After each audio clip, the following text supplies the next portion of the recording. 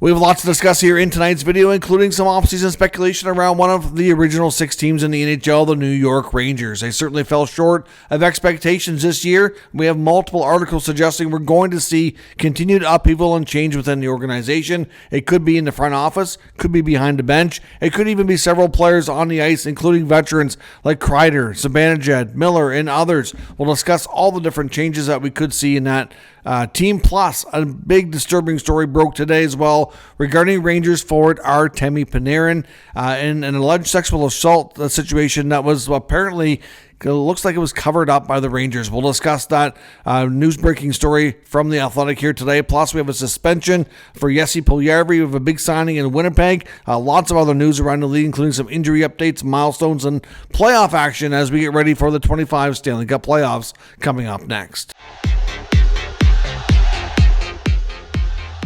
Welcome back to another video here at Top Shelf Hockey. As I mentioned, we have lots to discuss here in today's video. We're going to have a big focus on the New York Rangers here. But first, we have some other quick items to get to before we dive into that. Now, first, I want to start with the NHL regular season coming to a close here tonight on Thursday night. So we're going to look at the playoff matchups that are all fully set now, as well as some of the key milestones that some of the players around the NHL hit as the season closed out. Of course, Montreal clinched a final playoff spot last night in the Eastern Conference with a big win over a depleted Carolina Hurricanes lineup. They had, I think, 7 regulars out of the lineup, got the backup goalie treatment, and they managed to get the job done. Obviously, Jake Evans hitting the empty net goal secured their fate and punched their ticket to the 25 Stanley Cup playoffs. So Montreal will face Washington.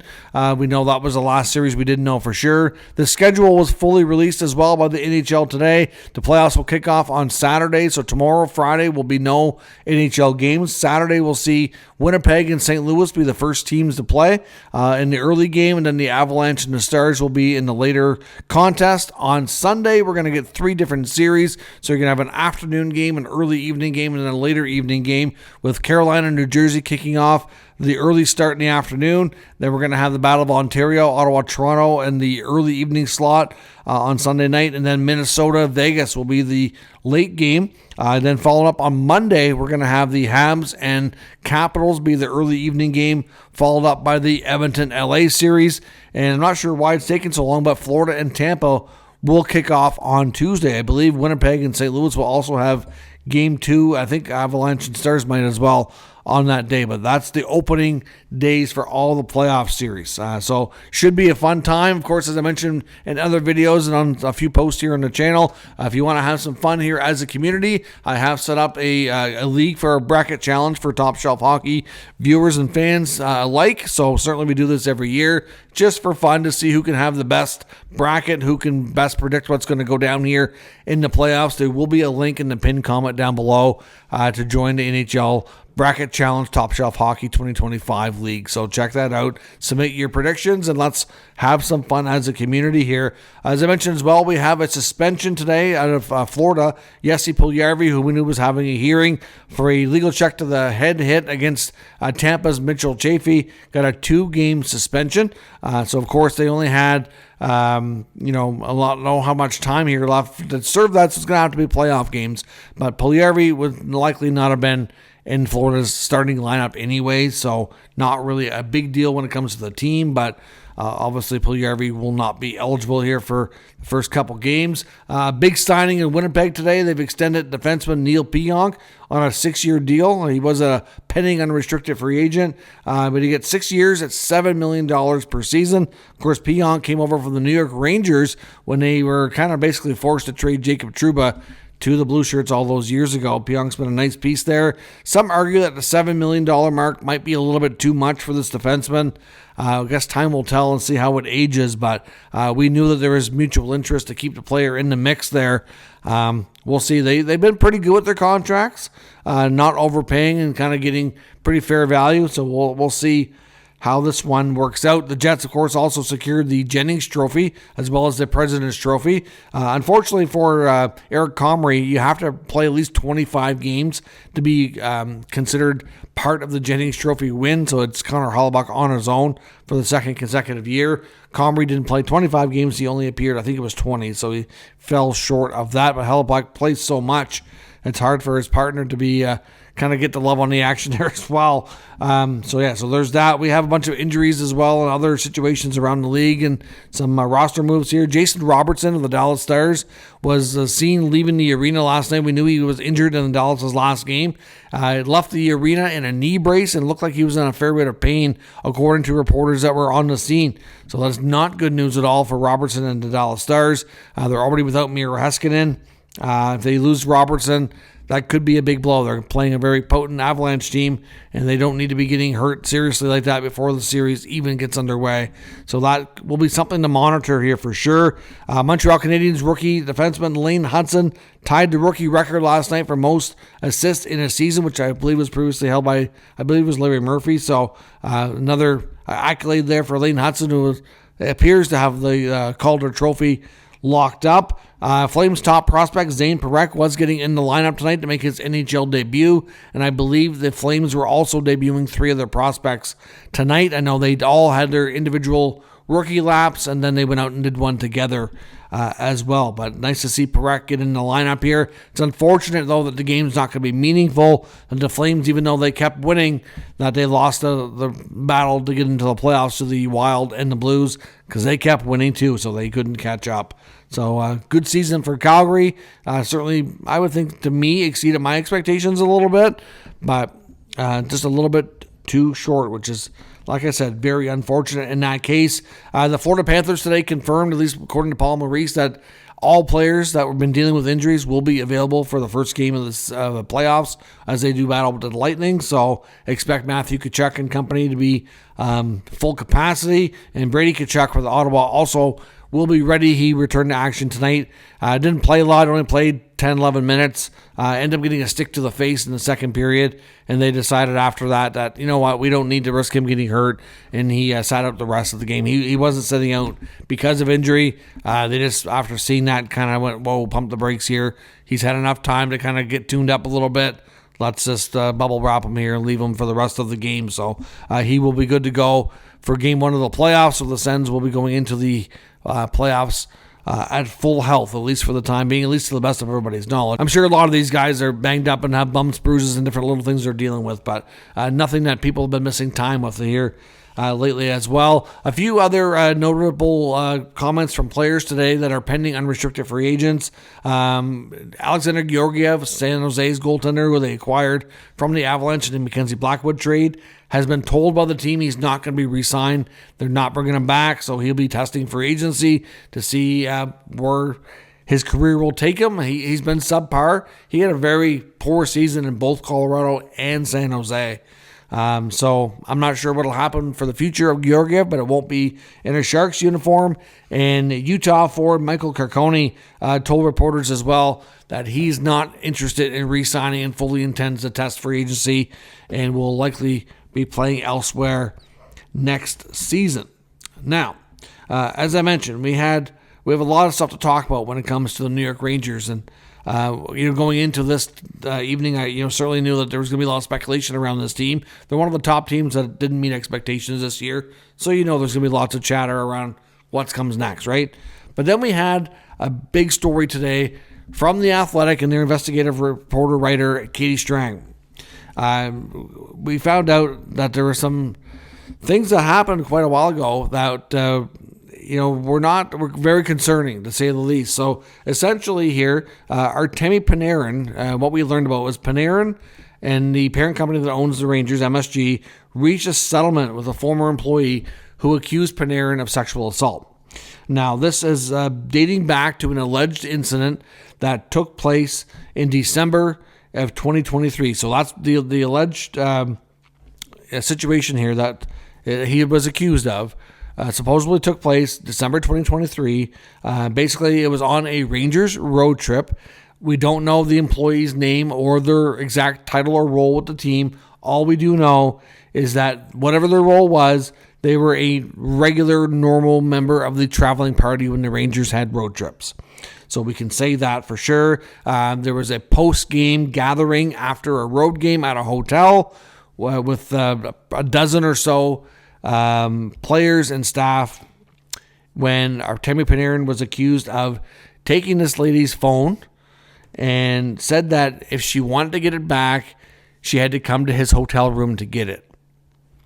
So the story that's being alleged is that she then went to the hotel room to get her phone back, and when she went there, that he pinned her down on the bed. And she then says that she was able to push him off of her, grab her phone, and get the heck out of there. So now, this person obviously doesn't work with the Rangers anymore. Obviously, they didn't even feel comfortable going and telling the story right away. It came out a little bit later after they were meeting with HR over some other stuff. And then this story came out. So after that, the Rangers apparently, because the reporters were asking the league and the team for comments on this today, and the NHL indicated that the Rangers had a third-party independent law firm do an investigation, checked everything out, and that they were satisfied with the outcome and considered it case closed. Basically, so they don't really want to talk about it at all. Artemi Panarin was even asked after their game tonight if he had any comment, and he said no comment. So we don't really know, for sure what happened here. It never ended up going to police or to the courts, of course. But obviously, reaching a financial settlement doesn't automatically indicate guilt. But it often, in a lot of cases that we've seen in the past, it can lead to, mean that. I don't know. Of course, I can't speculate of whether or not he's guilty or not, and I'm not going to. Either way, it's, very concerning and disturbing allegations. Now, we do know as well, a few years ago, Panarin was, there was some stuff that came out in Russia that he was accused of something similar.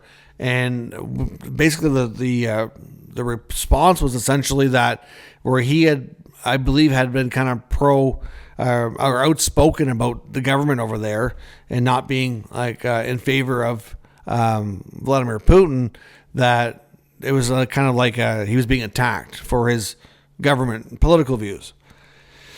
And, but when you hear multiple stories, it kind of creates a pattern. It makes you wonder. So we don't know, right? I mean, obviously the concerning part is the fact that it was never, there really seems to be no form of discipline or anything. So I don't know the whole story here. When you see other things around the league, you hope that it's not covered up and kind of brushed under the rug here. I mean, that's kind of how things looked, right? And it's just kind of creating a lot more questions than answers. So to go along with all the other Ranger stuff that I was planning to talk about today that I came across before this story came out, we had a couple of articles. One was from Vince Mercogliano, and one's from RG.org, an article from Jim Behringer talking about the Ranger changes we could see. And Vince's article is basically titled, "Do the Rangers Have a Culture Problem?" And you're really starting to think that, yes, they do. But ultimately, a lot of this seems to be under Chris Drury's watch. I know when Drury was accused, from what we've heard, of poorly handling the Vitaly Kravtsov situation, that he was really berated him and was not kind to him, kind of ruined that relationship. Supposedly that was something that was going around before. And it just sounds like they really have some issues going on behind the scenes. Now, when it comes to the culture issue and how things are being run, a lot of people think that the Rangers season went down the tubes, and it all started back in the summer. The way Barclay Goodrow was handled, I mean, obviously, did the team do within their rules what they were able to do to get out of a contract? Yes, but it was not well received by the players at all. And then, of course, he tries to stiff arm Jacob Trouba out of town. Then there's a memo saying where the Trouba trade doesn't happen. They started this year that Trouba and Kreider were available, and he made it well known. That got out publicly. That didn't sit well with the team. And it seems like a lot of players, especially some of the ones that were knowing that how the organization was feeling about them, I feel like they kind of quit on the team. And that kind of really downward spiraled a lot of things out of to make it worse. I mean, does the team already have some issues that it needed to overcome anyway? I think it did, but it just really amplified everything here. So, I know, for example, the RG article talking about the changes. I mean, it talked about, is Kreider and Zibanejad Are they going to be back next year? It sure feels like Chris Kreider won't be. He scored a goal in tonight's game, and Will Cooley wouldn't grab the puck. So it feels like the team even kind of knows and senses that the Kreider run in the Big Apple is likely coming to a close here. So we fully expect Kreider to be traded. Lots of talk and wondering about Peter Laviolette. Is Chris Drury going to be allowed to change the coach here yet again? I mean, we've had lots of speculation around Laviolette in the last couple of weeks, even some speculation around Drury himself. But it seems like ownership isn't prepared to jump in here and make a change in the front office, at least that we're aware of. I mean, maybe we could be surprised here, but it sure doesn't seem that way right now. But the kind of whole Drury's kind of created this environment of how he does his business that it's, they may have a hard time getting people to want to play there. Just on the way things are being treated. Then there was the Calvin DeHaan situation here just in the last week where he comes out and talks about how poorly he's been treated. And he said it was effed up on how things were handled since he got there after the deadline. And he's a well-respected veteran player who's played on a handful of teams now. And he said he's never seen anything like it. So, at the end of the day, the Rangers are a team I think is going to go through significant upheaval this offseason. Like I said, the main article here from rg.com or .org, we really talked about not only Kreider, but Zibanejad's name out there. K'Andre Miller's name is out there. You have to wonder with this whole Panarin story, is there any chance they try to get him onto another team and get a fresh start? Will they re-sign him? He's going to be entering the end of his contract here. I don't know. There's been no mention of any of it. The media, I'm not sure how much the media knew about this Panarin situation, but they still gave him and voted for him as team MVP as well. So it's just concerning, like how the environment and how things are being run by the front office. And when you add it all up, it's not a wonder why the team didn't have a good year. I think they were doomed. So, I mean, now Mika Zibanejad, I believe, made comments when he was asked about things. Didn't sound like he was willing to work with anybody, and that he has contract clauses that allows him, that everybody negotiate it with, that, dictates what he can do. So I don't think he's willing to waive. And there was speculation that he was approached earlier in the year about a trade and turned it down as well. And I think it might have been to Vancouver. Before they got Miller, there was other talks that happened first, and I think the Canucks were asking about Zibanejad coming back. Obviously, they wanted a centerman, preferably coming back for Miller. And, that was tough to get. They ended up getting Philip Hedl, of course, who ended up with another concussion and, out a long time here again. So the New York Rangers are a complete mess. They need a complete overhaul, complete culture rebuild. And to me, I think it starts with the GM. And I'm not sure that things are really going to change for the better with Chris Drury. I think I've lost a lot of confidence in him. He was, for the longest time, was known as this up-and-coming young executive who had a great playing career and was a bright mind in the management world. And really, he hasn't done that great. A lot of people think, too, that when the Rangers owner, James Dolan, got rid of Gorton and Davidson, that he kind of snuck his way. They kind of looked at him as kind of being a snake. Why he was part of the regime that was able to stay and then take over. I know there were some comments. I don't know, obviously, the inner workings of that organization and the relationships there, but I know there was a lot of people that just haven't had a lot of kind things to say about how Drury does his business in a variety of ways. So, it starts at the top, and, if you're going to treat your players the way that they've treated them, and they're not going to feel valued, and they're going to feel like they're, like they said, it's almost like a rite of passage to get fired from MSG. That's what Jacob Trouba said when he left. And look at all the other changes they've made. They can't develop prospects. All these young guys come in with all this potential and promise, and look what happens. They don't do well with the young players there.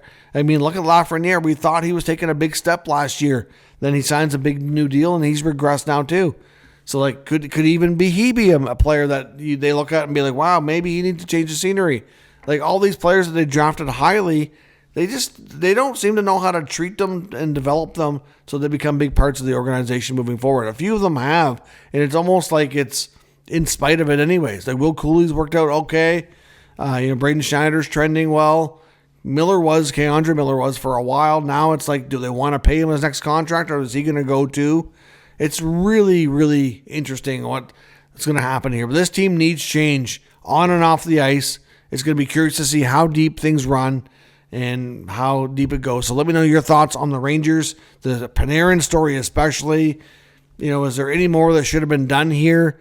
And are they covering anything up? I mean, we don't really know everything here, but obviously it seems like it's considered a closed case by the league and the team. But you have to think that it could have a big impact on how people view this team for sure. So let me know your thoughts and everything discussed here today in the comments. We'll discuss further. If you're new to the channel, make sure you subscribe and stick around. We'll keep you up to date with all the news, rumors, and analysis of all 32 NHL teams. Thanks for watching.